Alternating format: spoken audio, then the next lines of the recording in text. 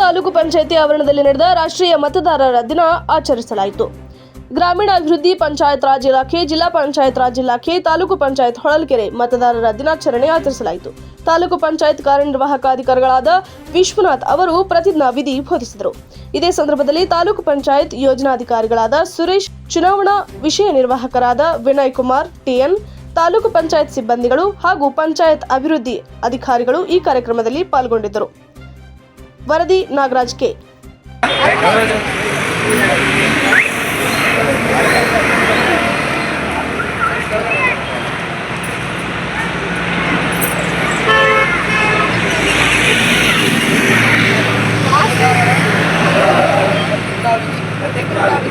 ಪ್ರಜಾಪ್ರಭುತ್ವದಲ್ಲಿ ದೃಢ ವಿಶ್ವಾಸವುಳ್ಳ ಭಾರತದ ಪೌರರಾದ ನಾವು ನಮ್ಮ ದೇಶದ ಪ್ರಜಾಸತ್ತಾತ್ಮಕ ಸಂಪ್ರದಾಯಗಳು ಮತ್ತು ಮುಕ್ತ ನ್ಯಾಯಸಮ್ಮತ ಮತ್ತು ಶಾಂತಿಯುತ ಚುನಾವಣೆಗಳ ಘನತೆಯನ್ನು ಎತ್ತಿ ಹಿಡಿಯುತ್ತೇವೆಂದು ಮತ್ತು ಪ್ರತಿಯೊಂದು ಚುನಾವಣೆಯಲ್ಲಿ ನಿರ್ಭೀತರಾಗಿ ಮತ್ತು ಧರ್ಮ, ಜನಾಂಗ, ಜಾತಿ, ಮತ, ಭಾಷೆ ಅಥವಾ ಯಾವುದೇ ಪ್ರೇರೇಪಣೆಗಳ ದಾಕ್ಷಿಣ್ಯಗಳಿಂದ ಪ್ರಭಾವಿತರಾಗದೆ ಮತ ಚಲಾಯಿಸುತ್ತೇವೆಂದು